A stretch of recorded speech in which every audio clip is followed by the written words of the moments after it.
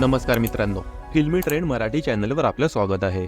मित्रांनो, दबंगमधील सलमान खानच्या व्यक्तिरेखेला रॉबिनहूड पांडे ही पदवी देण्यात आली असली तरी पण खऱ्या आयुष्यात सोनू सूद सर्वसामान्यांचा रॉबिनहूड बनला आहे.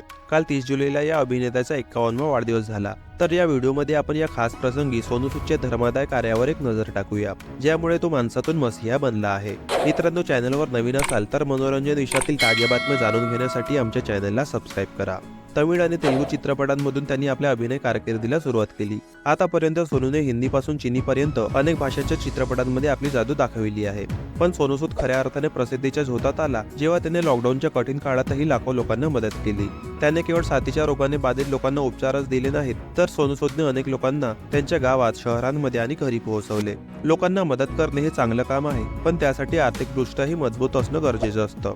त्यामुळे आज प्रत्येकाच्या मनात एक प्रश्न आहे की सोनू सूदकडे इतका पैसा आला तरी कुठून, आणि तो इतक्या लोकांना मदत कसा करू शकतो. सोनूला कोणत्याही एनजीओ कडून मदत मिळाली आहे का, किंवा सोनू सूदला मदतीसाठी करोडो रुपये देणारा स्रोत कोणता. अभिनेता ते मसीहा बनलेला सोनू सूदने अनेक कार्यक्रमांमध्ये या गोष्टी उघडपणे शेअर केल्या आहेत. सोनू सूदने सांगितले की मी स्वतः असा विचार केला नव्हता की मी अशा प्रकारे दुःखी आणि त्रासलेल्या लोकांना मदत करू शकेन. मला वाटायचे की माझा कोणताही चित्रपट 100 कोटींच्या क्लबमध्ये पोहोचण्यातच माझा सर्वात मोठा आनंद आहे. पण जेव्हा मी कोविड महामारीच्या काळात लोकांना मदत करायला सुरुवात केली तेव्हा मला जाणवलं की हाच खरा आनंद आहे. जेव्हा मी 100 ते 1000 लोकांपर्यंत अन्न आणि औषधे पोहोचवली, लोकांना त्यांच्या घरी नेले आणि त्यांच्या चेहऱ्यावर आनंद दिसला, तेव्हा मला कळले की हाच खरा आनंद आहे.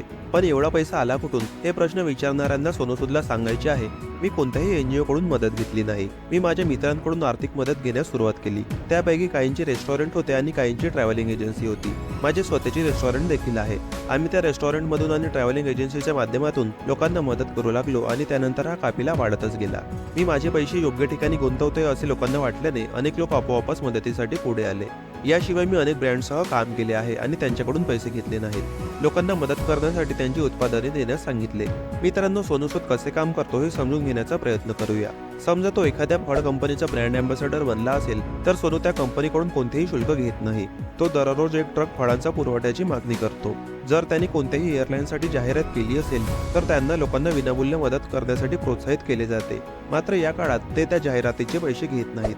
आता सोनू सूदने सोनू सूद फाउंडेशन नावाने स्वतःचा ट्रस्ट सुरू केला आहे आणि या ट्रस्टमध्ये सामील होऊन अनेक लोक त्याला पाठिंबा देत आहेत. त्या ट्रस्टबद्दल बोलताना सोनू सूद म्हणाला, सुरुवातीला माझ्या ट्रस्टमध्ये हजारो पैसे होते, पण मी ब्रँडसाठी मोफत काम केल्यामुळे आणि माझ्या लोकांशी असलेल्या सहवासामुळे ट्रस्टची रक्कम आता कोटींवर पोहोचली आहे. म्हणूनच मी कोणत्याही एनजीओची मदत घेतली नाही, तर ज्यांना मी मदत केली होती अशा सामान्य लोकांची मदत घेतली.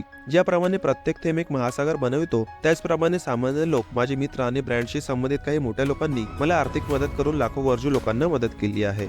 मित्रांनो, बॉलिवूडच्या ताज्या बातम्या आणि गॉसिपसाठी आमच्या फिल्मी ट्रेंड मराठी चॅनलला सबस्क्राईब करून बेल आयकॉनला नक्की प्रेस करा. भेटूया आपल्या पुढील व्हिडिओमध्ये. धन्यवाद.